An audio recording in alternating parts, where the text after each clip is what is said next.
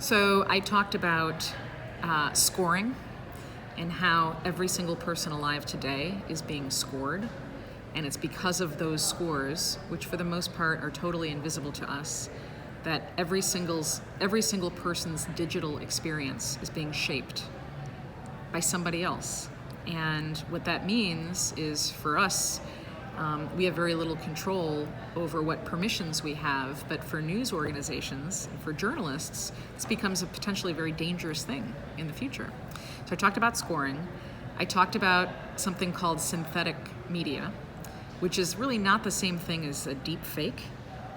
Instead, it's content that we intentionally create using artificial intelligence and all different types of technologies to create voices and people that don't exist in the real world, exist online, and in some ways are great. So I showed a video of David Beckham giving a public service announcement in many different languages so that anybody could understand him, but it's still him. It looks like his face. It looks like he's saying those words. So that's good.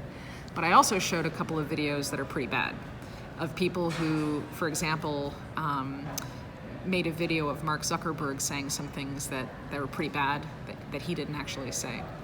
So I talked about synthetic media and what that means for journalism. And then I also talked about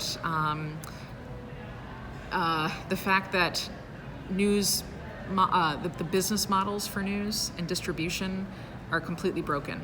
They're permanently broken. And I showed a whole bunch of examples for why that's true. And I showed some data that I think is pretty disturbing for the future. And then as I was talking about all these, I talked about 28 trends.